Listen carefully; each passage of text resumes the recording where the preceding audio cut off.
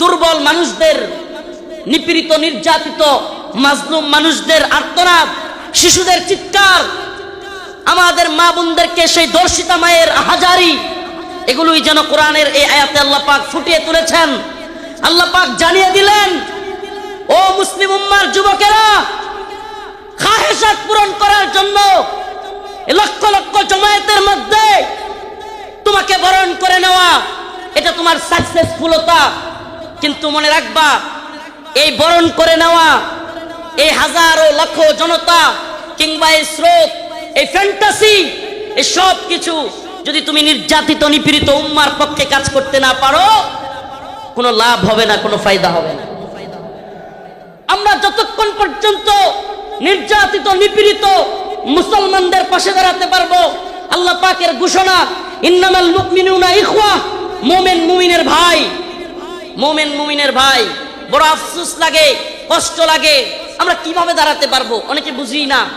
অনেকে বলি, হুজুর আমরা সেই ফিলিস্তিনিদের পক্ষে কিভাবে দাঁড়াবো, আমরা কাশ্মীরিদের পক্ষে কিভাবে দাঁড়াবো?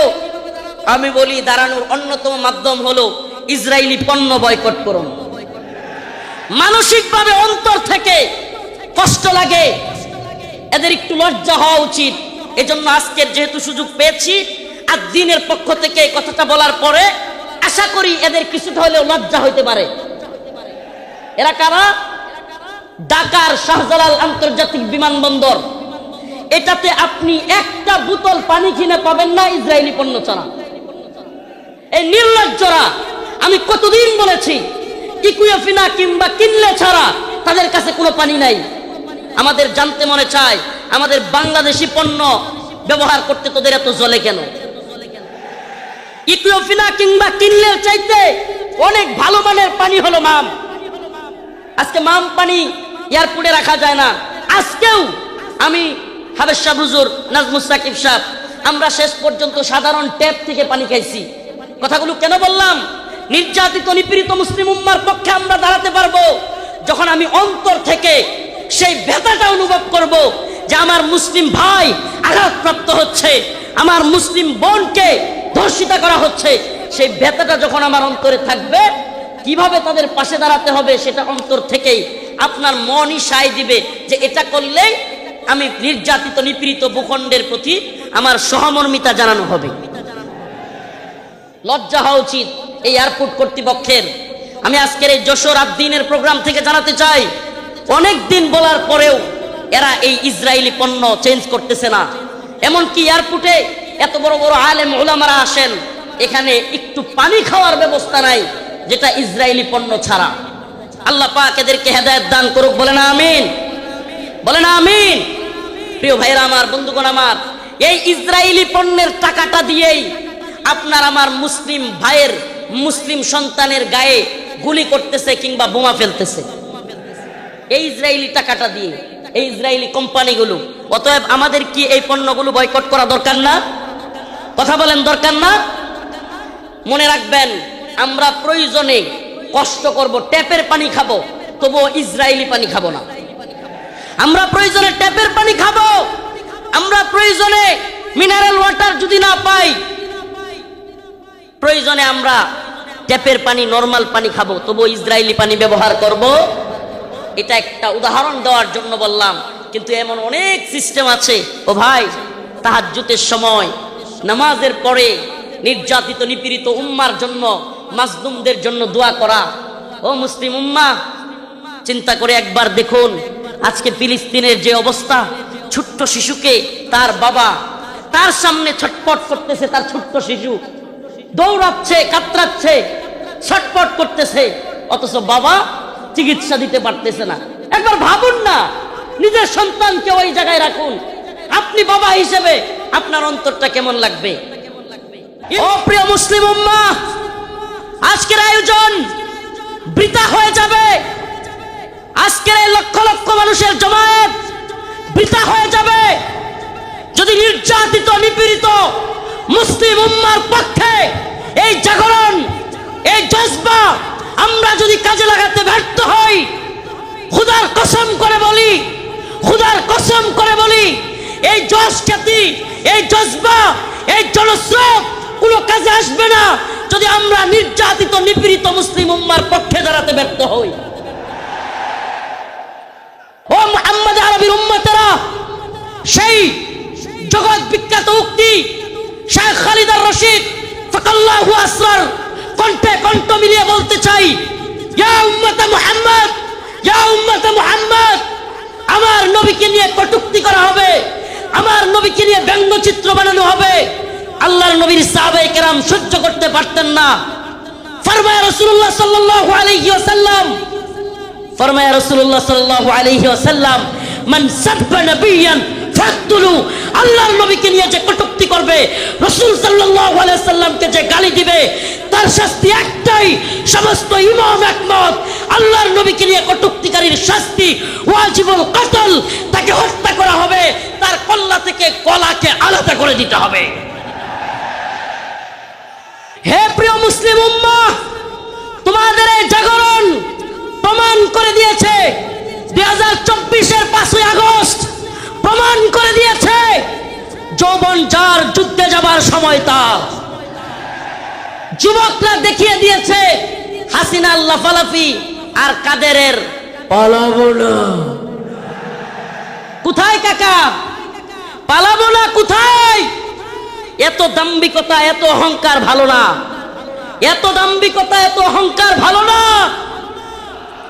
প্রিয় উপস্থিতি, আমি প্রথমে আন্তরিকভাবে জাযাকাল্লাহ, জাযাকুমুল্লাহ এবং আন্তরিকভাবে অন্তরের অন্তঃস্থল থেকে কৃতজ্ঞতা জ্ঞাপন করছি, শুকরিয়া আদায় করছি এবং বিশেষ করে আন্তরিকভাবে মুবারকবাদ জানাচ্ছি আমার প্রিয় আঙ্কেল আদ্দিন ফাউন্ডেশনের মহিউদ্দিন আঙ্কেলকে, যিনি এই ব্যতিক্রমধর্মী সুন্দর এক আয়োজন যশোরবাসীকে, বলতে গেলে বাংলাদেশকে উপহার দিয়েছেন। হে প্রিয় জাতি, হে প্রিয় মুসলিম উম্মাহ, তোমাদের এই জাগরণ প্রমাণ করে দিয়েছে, 2024-এর 5ই আগস্ট প্রমাণ করে দিয়েছে, যৌবন যার যুদ্ধে যাবার সময় তার। যুবকরা দেখিয়ে দিয়েছে হাসিনার লাফালাফি আর কাদেরের পালাবো না। কোথায় কাকা? পালাবো না কোথায়? এত দাম্ভিকতা, এত অহংকার ভালো না, এত দাম্ভিকতা, এত অহংকার ভালো না। মনে রাখবা, ফেরাউন নমরুদি আল্লাহর কাছে কোনো টাইম ছিল না, আর উবাইদুল কাদের আর হাসিনা। আল্লাহ পাক তোমাদেরকে পরিণতি দেখিয়ে দিয়েছেন। মুসলিম উম্মার যুব সমাজদেরকে বলি, ও প্রিয় উম্মার যুবকেরা, তৈরি হও নির্যাতিত নিপীড়িত মুসলিম উম্মার পাশে দাঁড়াবার জন্য। তৈরি হও, আল্লাহর নবীর বিরুদ্ধে যারা যাবে বাংলার জমিনে, তাদেরকে অবশ্যই ওয়াজিবুল কতল, আল্লাহর নবীর গালি দেওয়ার শাস্তি, মৃত্যুদণ্ড করতেই হবে। রাজি আছো তো ইনশাআল্লাহ? ও প্রিয় মুসলিম উম্মাহ, তোমরা তো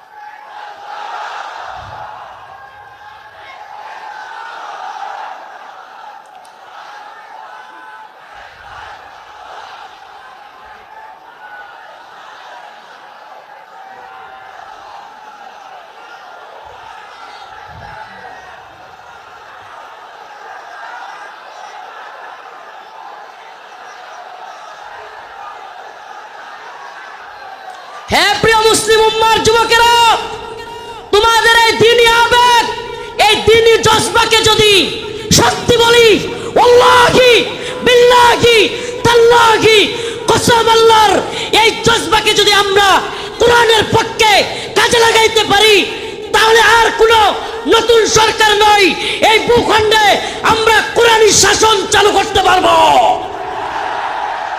আর কোনো তন্ত্রমন্ত্র নয়, তন্ত্রমন্ত্রের দেখা শেষ। আমরা তো এই স্লোগান দিকে দিকে আজ জানিয়ে দিতে চাই, তন্ত্রমন্ত্রের দিন শেষ, কোরআন সুন্নাহর বাংলাদেশ। বলেন না, তন্ত্রমন্ত্রের দিন শেষ, কোরআন সুন্নাহর বাংলাদেশ। এ ভূখণ্ডে লা ইলাহা ইল্লাল্লাহর পতাকা উড়বেই। আজ মক্কাল একদিন উড়বেই।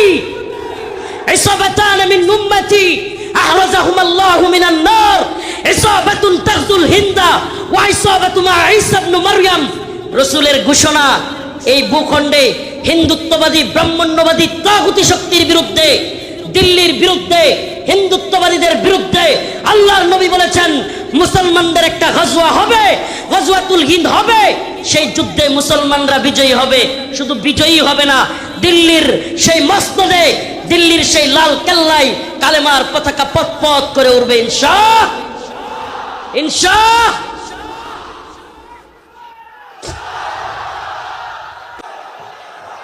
হে প্রিয় মুসলিম উম্মার যুব সন্তানেরা, তৈরি হও, তৈরি হও। আর কোন তন্ত্রমন্ত্রের জন্য ডাক নয়, ডাক আসবে দাওয়া ইরদাদ শাহাদাতের ডাক আসবে। শহীদ হইতে রাজি আছো তো ইনশাআল্লাহ? জীবন দিতে প্রস্তুত আছো তো ইনশাআল্লাহ? আরে আমরা দুনিয়ায় এসেছি দ্বীনের জন্য, শহীদ হওয়ার জন্য। এই দুনিয়ায় আর কোনো সফলতা নাই, আল্লাহর জন্য শাহাদাতের মধ্যেই সফলতা। ইম্মা শরিয়া ওয়া ইম্মা শাহাদা, হয়তো শরীয়ত। আল্লাহর জমিনে আল্লাহর আইন। এই জমিন কার? এই চিৎকার করে বলেন কার? জমিন কার? হুকুম চলবে কার? ইনিল হুকমু ইল্লা লিল্লাহ, আমার আল্লাহ তাবুদু ইল্লা ইয়া। হুকুম হবে আল্লাহর, ইবাদত হবে আল্লাহ। ইবাদত হবে কার? একমাত্র আল্লাহর। এই কোন তাগুতের গোলামি আমরা করব না। আমরা কার গোলাম? আমরা ভারতের গোলাম নই, আমরা আমেরিকার গোলাম নই, আমরা ইসরায়েলের গোলাম নই। আমরা কার গোলাম? গোলামি হবে কার? পৃথিবীবাসী জেনে রাখো, আমরা আল্লাহর গোলামি করি। এই মাথা নোয়াবো তো আল্লাহর কাছে। এই মাথা নোয়াবো তো কার কাছে? পৃথিবীর কারো কাছে আমাদের মাথা নত হবে। এবার আমার ডকুমেন্টারি তো দেখলেন, শাইখুল হাদিস ইবনে শাইখুল হাদিসের ডকুমেন্টারি দেখলেন, অন্যান্য আলেমদের ডকুমেন্টারি তো দেখবেন। আমি কিছু মাজলুমদের ডকুমেন্টারি আপনাদের সামনে বলে যাই, কলিজা ফেটে যায়। ও মুসলিম উম্মার প্রিয় যুবক ভাইরা, আপনারা জেনে থাকবেন 2013 সালে শাপলা চত্বর এক ভয়াবহ রাতের সাক্ষী অনেকেই। আপনারা জেনে থাকবেন। প্রিয় বাবাজি, আজকের প্রোগ্রামের আয়োজক সহ সবার এই কথাগুলো মনোযোগ সহকারে শোনা দরকার। আমি আপনাদের সামনে এমন কিছু ব্যক্তিদের কারগুজারি শোনাবো যারা 2013 সালে রাসূলুল্লাহ সাল্লাল্লাহু আলাইহি ওয়াসাল্লামকে যারা কটূক্তি করেছিল, আল্লাহর নবীকে নিয়ে যারা ব্যঙ্গচিত্র বানিয়েছিল, আল্লাহ এবং তার রাসূলের বিরুদ্ধে যারা কথা বলেছিল, যেই কারণে হেফাজতে ইসলাম শাপলা চত্বরে যেতে বাধ্য হয়েছিল, সেই সমস্ত নরপিশাচ, সেই সমস্ত কুখ্যাত শাতেমে রাসূল রাজীব, ব্লগার রাজীব, শাতেমে রাসূল অভিজিৎ রায়, ওয়াশিকুর রহমান বাবু, ফয়সাল আরিফিন দীপন, আরো কতগুলো নাম বলতে পারবো। এরা আল্লাহর নবী এবং আল্লাহকে নিয়ে কটূক্তি করেছিল, আম্মা জানদেরকে নিয়ে কটূক্তি করেছিল। মনে আছে আপনাদের? মনে আছে? 2013 সালে ব্লগার রাজীব, অভিজিৎ রায়, ফয়সাল আরিফিন দীপন, ওয়াশিকুর রহমান বাবু, ব্লগার নাজিমউদ্দিন সামাদ, আরো অনেকগুলো কুখ্যাত শাতেমে রাসূল আল্লাহর নবীকে নিয়ে কটূক্তি করেছিল।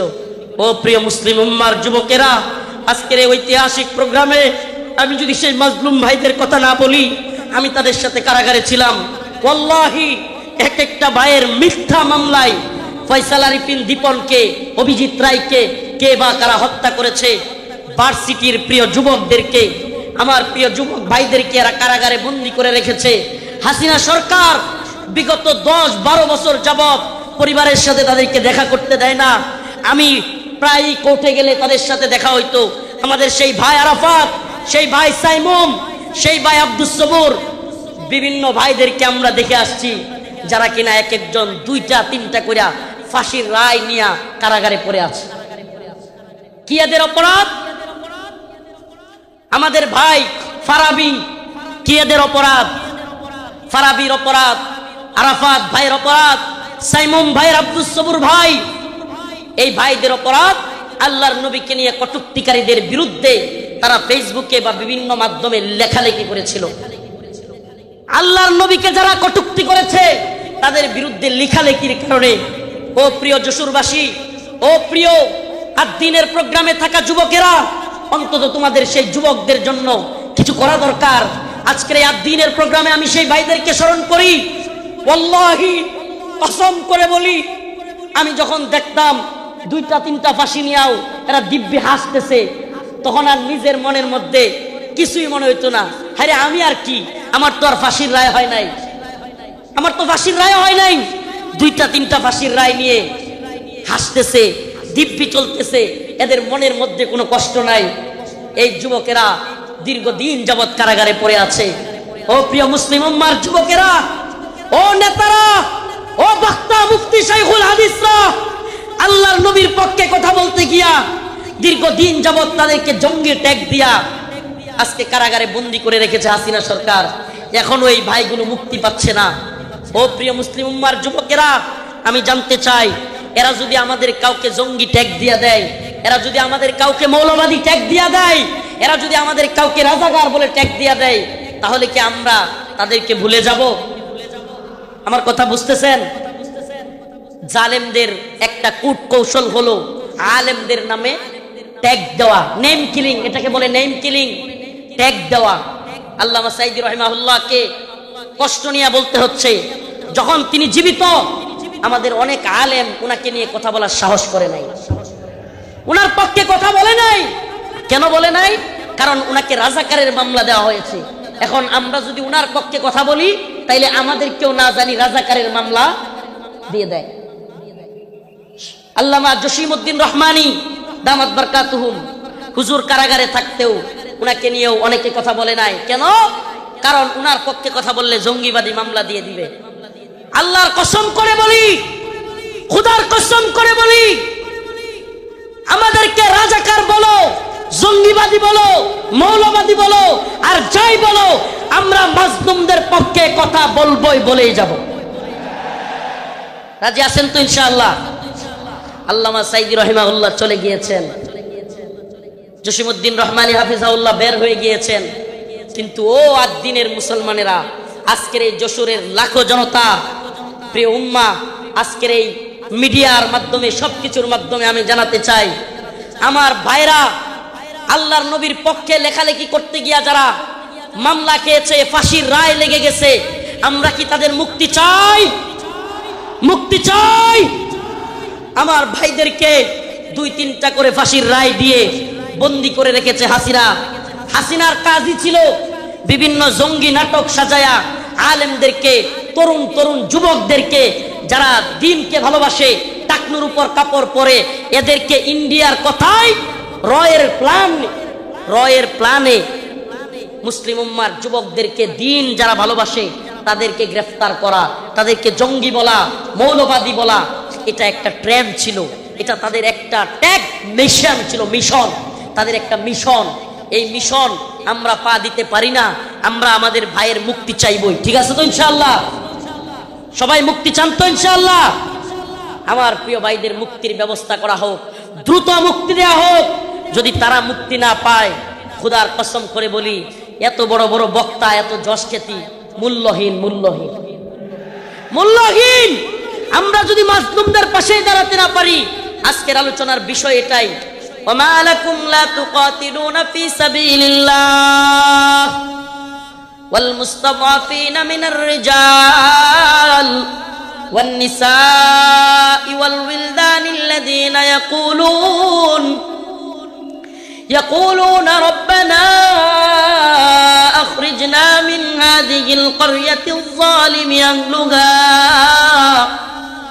واجعل لنا من لدنك وليا واجعل لنا من لدنك نصيرا عالمين বলেন وما لكم لا تقاتلون في سبيل الله তোমাদের কি হয়ে গেল তোমরা আল্লাহর পথে কিতাল করতেছো না যুদ্ধ করতেছো না জিহাদ বললে অনেকে অপব্যাখ্যা করে নফসের জিহাদ এটা সেটা অনেক অপব্যাখ্যা করে কারণ কি কারণ আল্লাহ বলেন কুতিবা আলাইকুমুল কিতাল ওয়া হুয়া কুরহুল লাকুম। কারণ আল্লাহ পাক জানতেন জিহাদের ব্যাপারে অনেকের অ্যালার্জি থাকবে, অনেকে অপছন্দ করবে। আমাকে বলেন, আল্লাহ পাক যখন কোরআনে কারীম নাজিল করেছেন, আল্লাহর রাসূল কি জিহাদকে অপছন্দ করতেন? হ্যাঁ, সাহাবায়ে কেরাম অপছন্দ করতেন। তাহলে এই আয়াত কাদের জন্য? কুতিবা আলাইকুমুল কিতাল ওয়া হুয়া কুরহুল লাকুম, এই আয়াত কাদের জন্য? আল্লাহ পাক জিহাদকে, যুদ্ধকে ফরজ করেছেন দ্বীনের জন্য, অথচ তোমরা তা অপছন্দ করবে, অপছন্দ করো। আল্লাহ বলছেন তোমাদের অনেক জিনিস আছে অপছন্দ, কিন্তু হুয়া খায়রুল লাকুম, সেটার মধ্যে কল্যাণ আছে। আমার তো মনে হয় আল্লাহ পাক, আমার মনে হয় না, এটাই তাফসীর, এটাই ব্যাখ্যা, যে আল্লাহ পাক সেই সমস্ত লোকদেরকে উদ্দেশ্য করে বলেছেন যারা জিহাদকে অপছন্দ করবে। সাহাবায়ে কেরাম জিহাদকে পছন্দ করতেন না, আল্লাহর নবী আল্লাহর দ্বীনের পক্ষে জিহাদকে পছন্দ করতেন না। যারা পছন্দ করে তাদের জন্য এই কথা। অথচ দিকে দিকে মাজলুম, ওমা আলাকুম লা তুকাতিলুনা ফি সাবিলিল্লাহ, তোমাদের কি হয়ে গেল? তোমরা আল্লাহর পথে যুদ্ধ করতেছো না। ওয়াল মুস্তাদআফিনা মিনার রিজাল ওয়ান নিসাই ওয়াল বিলদান, দুর্বল নারীরা, দুর্বল বাচ্চারা চিৎকার করে করে বলতেছে, ইয়াকুলুনা রব্বানা আখরিজনা, আয় আল্লাহ আপনি আমাদেরকে বের করেন, মিন হাযিহিল ক্বরিয়াতিজ যালিমি আহলুহা, এই ভূখণ্ডের মানুষরা বড় জালেম, ওয়াজআল লানা মিন লাদুনকা ওয়ালিয়া, আপনি আমাদের জন্য অভিভাবক পাঠান, ওয়াজআল লানা মিন লাদুনকা নাসীরা, আপনি আমাদের জন্য সাহায্যকারী পাঠান। মাজলুমদের সাহায্যকারী হইতে রাজি আছি তো ইনশাআল্লাহ? মাজলুমদের সাহায্যকারী হইতে রাজি আছি তো ইনশাআল্লাহ? তাইলে আজকে থেকে ইসরায়েলি পণ্য বয়কট, রাজি আছেন তো ইনশাআল্লাহ? আজকে থেকে যে সমস্ত মাজলুমরা রাসূলের পক্ষে লিখতে গিয়ে, বলতে গিয়ে, আমার ভাই ফারাবি, আমার ভাই আরাফাত, সাইমুম, আমি আমার ভাই বলতেছি, পারলে আমারে মামলা দিয়ে দে, আমার যায় আসে না। তাদের সাথে আমারে মামলা দিয়ে দিলে আমার যায় আসে না, এরা আমাদের ভাই। আমরা অনেকেই সেই গাজী ইলমুদ্দিনের গল্প বলি, ভারতে রঙ্গিলা রাসূল বই লিখেছিল, নাউজুবিল্লাহ, সেই গল্প বলতে পছন্দ করি। কিন্তু বাংলাদেশের গাজী ইলমুদ্দিনরা 2-3টা করে ফাঁসির রায় নিয়ে কারাগারে পড়ে আছে, সেই খবর আমরা কেউ রাখি না। প্রিয় ভাইরা আমার, বন্ধুগণ আমার, মাজলুম উম্মার পক্ষে দাঁড়াতে হবে। আজকের আমার আলোচনার মূল কথা, মাজলুম উম্মার পাশে দাঁড়াতে, মাজলুম উম্মার পাশে দাঁড়াতে। ইন্নামাল মুমিনুনা ইখওয়া, মুমিন মুমিনের ভাই। আমার অন্য মুমিন ভাই কষ্ট পেলে আমার অন্তরে আঘাত আসবে। এদেশের কোন আলেমকে আল্লাহ না করুক জাতীয় আন্তর্জাতিক চক্রান্তের কারণে নতুন করে কেউ যদি, কোন জালেম যদি এদেশের কোন আলেমকে আবারও জুলুম করতে চায়, আবারও যদি শাইখুল হাদিস আল্লামা মামুনুল হককে, শাইখুল হাদিস আল্লামা মামুনুল হক সহ, মুফতি আমির হামজা সহ, মুফতি হারুন ইজহার, এদেশের অনেক বক্তা যারা কিনা কারাগারে ছিল, আবারও যদি সেই সমস্ত আলেমদেরকে কেউ গ্রেফতার করবার দুঃসাহস করে জাতীয় আন্তর্জাতিক চক্রান্তের কারণে, আবারও যদি আলেমদের দিকে কেউ চোখ তুলে তাকায়, কেউ যদি হাত তোলার সাহস করে, সেই হাত ভেঙ্গে ঘুরিয়ে দেওয়ার হিম্মত আছে তো মুসলমান? আছে তো ইনশাআল্লাহ? জাতীয় আন্তর্জাতিক চক্রান্ত চলছে।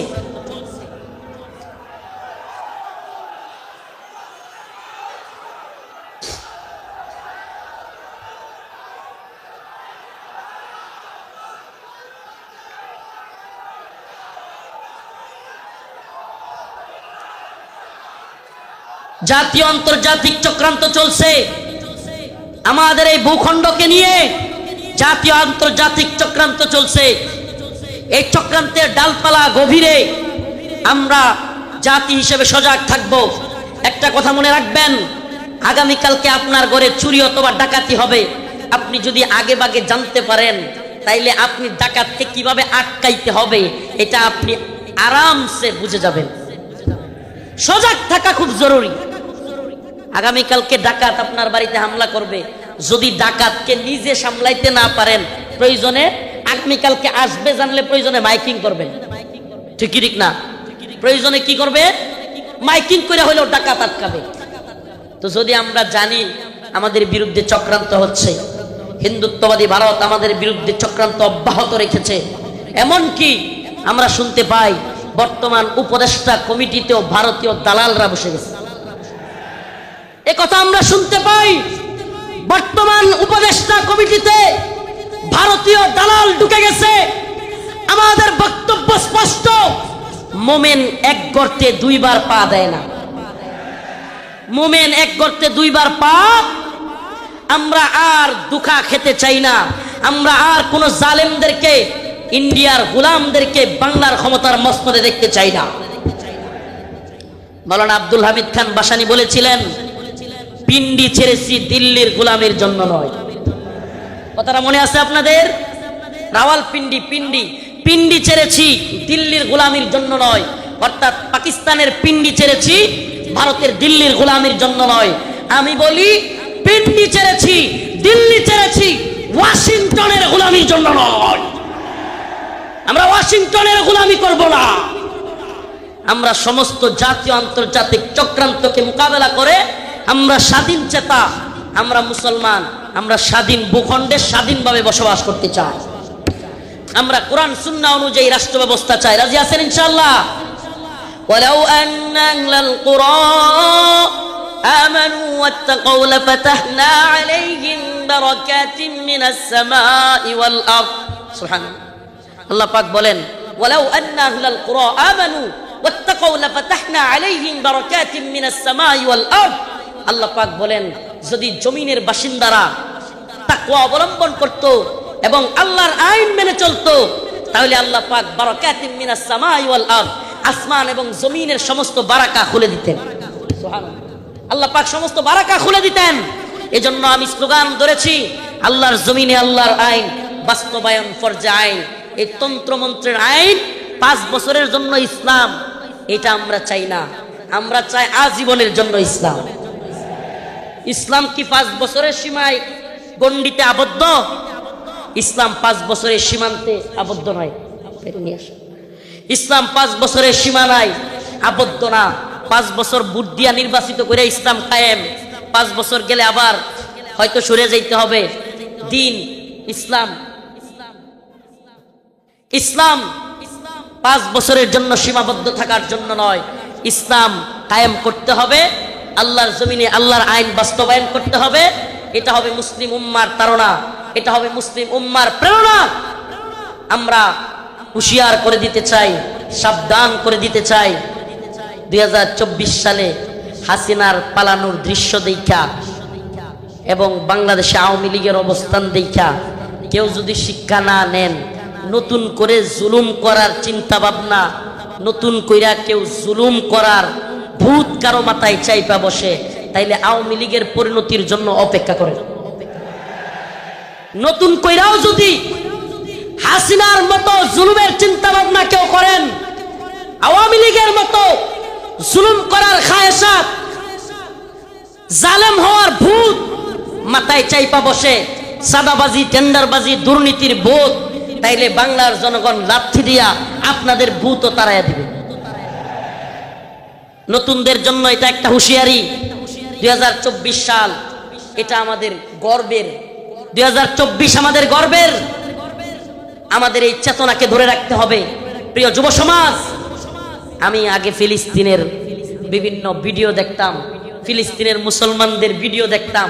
ছোট ছোট বাচ্চা ছেলেরা পাথর নিয়ে ইসরায়েলের ট্যাঙ্কের মধ্যে নিক্ষেপ করতেছে, গোলাল দিয়া ইসরায়েলিদেরকে মারতেছে।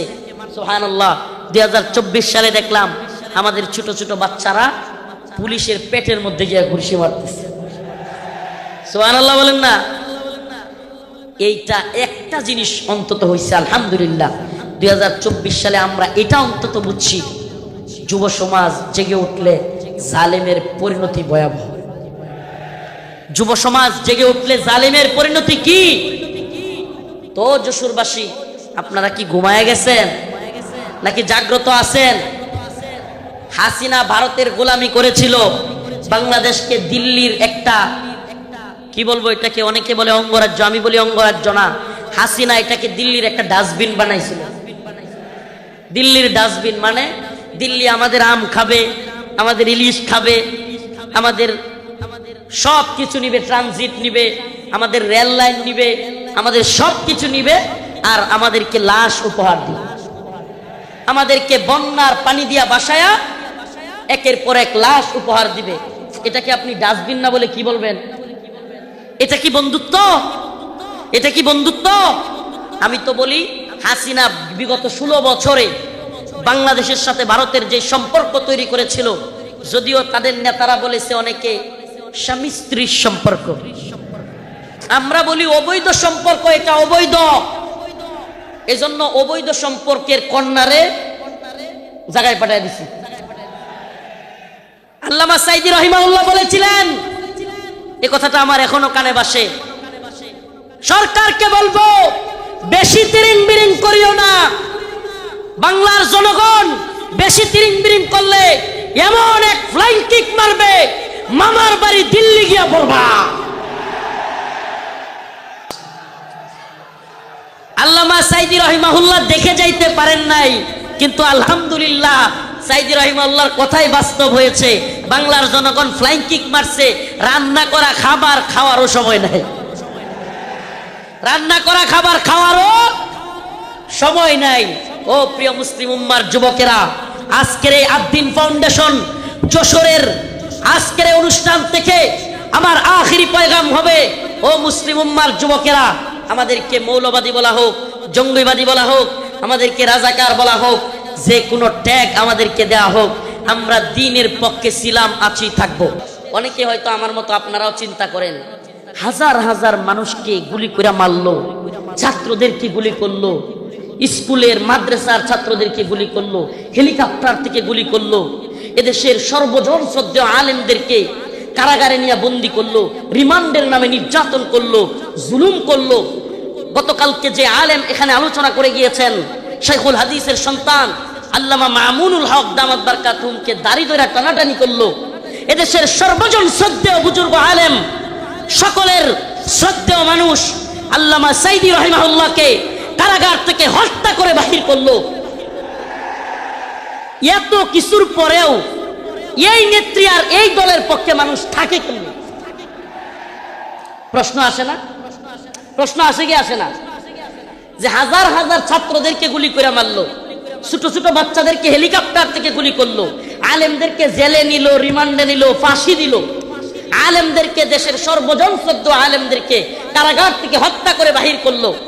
আমাকে ব্যক্তিগতভাবে আমাকে জুব্বা টেনে হিচড়ে ডিবি হারুনের নেতৃত্বে, এটা সবাই জানেন, জুব্বা খোলা হলো, আমার পরনের লঙ্গি খোলা হলো, এগুলো খুলে মহিলা দিয়া জড়ায়া দইরা ছবি ভিডিও তোলা হলো।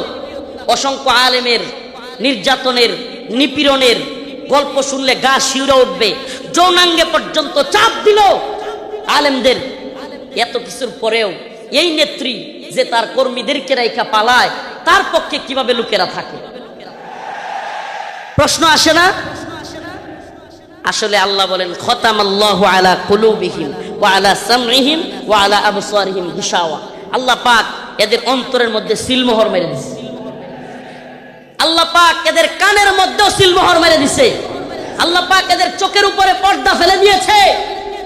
এরা সেই হাসিনা সরকারের আমলের এত নির্যাতন নিপীড়ন দেখেও দেখবে না। যেমন নির্লজ্জ বেহায়া তার নেত্রী, এমন নির্লজ্জ বেহায়া কর্মী, যেমন নির্লজ্জ বেহায়া তার নেত্রী, যে কিনা ছোট ছোট বাচ্চাদেরকে হত্যা করে, হেলিকপ্টার থেকে গুলি করে, এরপরেও বলে আমি কি অপরাধ করেছি। মানে কত বড় নির্লজ্জ হলে এই কথা বলতে পারে? এরপরেও কি বলে আমি কি অপরাধ করেছি। আপনি কোন অপরাধ করেন নাই? প্রশ্ন এটা হইতে পারে যে আপনি কোন অপরাধ করেন নাই, আমাকে এমন একটা অপরাধ দেখান। ও প্রিয় মুসলিম উম্মাহ, বাংলাদেশের বাইতুল মুকাররমে হেফাজতে ইসলামের আন্দোলনে হাসিনার পুলিশ বুট পয়রা, জুতা পয়রা দেশের জাতীয় মসজিদে আলেমদেরকে গুলি করে নাই। এর চাইতে জঘন্য আর কি হইতে পারে? আপনি কোনটা করেন নাই বলেন? আমাদেরকে তাহাজ্জুদের আর এই কোরআন তিলাওয়াতের গল্প শোনায়া আপনি কোন আকামটা করেন নাই? প্রিয় মুসলিম উম্মাহ, যশোরবাসী, এই মেসেজ যশোরের মুসলমানদের জন্য নয়, এই মেসেজ, আজকের এই আলোচনা আমার এই দেশবাসীর জন্য আমি রেখে যেতে চাই। আমি আমার কথাগুলো সকলের কানে পৌঁছে দিতে চাই। ও প্রিয় উম্মাহ, প্রিয় জাতি, আমরা চেয়েছি আমাদের অন্তর থেকে, আমাদের ছাত্ররা, আমাদের শিক্ষকরা, আমাদের কলামিস্ট, বুদ্ধিজীবী, মুফতি, বক্তা, ছাত্র, সকল শ্রেণী পেশার মানুষ, আমরা চেয়েছি আল্লাহ পাক হাসিনাকে এই ভূখণ্ড থেকে, আমাদের উপর থেকে, জুলুম থেকে বাঁচাক। আল্লাহ পাক আমাদেরকে বাঁচাইছেন কি বাঁচান নাই? তার মানে আমরা মন থেকে সম্মিলিতভাবে চাইলে পাওয়া যায়। পাওয়া যায় কি যায় না? বলেন, পাওয়া যায় কি যায় না? ইন্নাল্লাহা লা ইউগাইয়িরু মা বিকওমিন হাত্তা ইউগাইয়িরু মা বিআনফুসিহিম। আল্লাহ পাক ততক্ষণ পর্যন্ত কোনো জাতিকে পরিবর্তন করেন না যতক্ষণ না সে জাতি নিজেরা পরিবর্তন চায় এবং পরিবর্তন হয়। সুবহানাল্লাহ। তো আমরা পরিবর্তন চেয়েছিলাম, পেয়েছি। পাইছি কি পাই নাই? এখন আমাদের আরেকটা পরিবর্তন দরকার। আমাদের মূল বিজয় সেটা। এ বিজয় আমাদের মূল বিজয় না। এ বিজয় যদি আমাদের মূল বিজয় হইতো, তাইলে আমরা আল্লাহর নবীরে কেউ কটূক্তি করলে, গালি দিলে, আমরা এই রায় পাইতাম যে তার শাস্তি হবে মৃত্যুদণ্ড। তার শাস্তি কি? এই ব্যাপারে ইমামগণ একমত। আল্লাহর নবীকে নিয়ে কে কটূক্তি করলে, ব্যঙ্গচিত্র করলে তার শাস্তি মৃত্যুদণ্ড। প্রিয় ভাইরা আমার, বন্ধুগণ আমার, আল্লাহর নবীকে সাহাবায়ে কেরাম কেমন ভালোবাসতেন! আল্লাহর নবী সাল্লাল্লাহু আলাইহি ওয়াসাল্লামকে তার সাহাবীরা কেমন ভালোবাসতেন! কাব বিন আশরাফ নামে ইহুদিদের এক নেতা ছিল। নাম কি? কাব বিন আশরাফ। এক ইহুদি নেতা ছিল, অনেক বড় সড়ো ছিল, দেহ বিশাল দেহের আকৃতির লোক ছিল কাব বিন আশরাফ। বদর যুদ্ধে যখন মুসলমানরা বিজয়ী হয়েছে, কাব বিন আশরাফ কষ্টে তার অন্তর জ্বলে গেছে। বদর যুদ্ধে কাফেরদের বড় বড় নেতা আবু জাহেল সহ নিহত হয়ে গেছে, জাহান্নামে চলে গেছে। কাব বিন আশরাফের কলিজায় জ্বলন শুরু হয়ে গেছে। সে মুহাম্মদ আরবি সাল্লাল্লাহু আলাইহি ওয়াসাল্লামকে নিয়ে বিভিন্ন ধরনের কটূক্তিমূলক কবিতা বানাইছে। তার মহিলা ভাড়া কইরা তাদেরকে দিয়াও রাসূলের বিরুদ্ধে বিশুদ্ধার করাইছে। আল্লাহর নবী সাল্লাল্লাহু আলাইহি ওয়াসাল্লাম ডাকলেন, কাব বিন আশরাফ, তাকে হত্যা করতে পারবে এমন কে আছো? সুবহানাল্লাহ বলে। রাসূল সাল্লাল্লাহু আলাইহি ওয়াসাল্লাম নিজে ডাকলেন, হে আমার সাহাবারা, তোমাদের মধ্যে কে আছে কাব বিন আশরাফকে হত্যা করবে? অথচ আমার নবীর ব্যাপারে অনেকে বলে, রাসূল সাল্লাল্লাহু আলাইহি ওয়াসাল্লামকে কি বলে?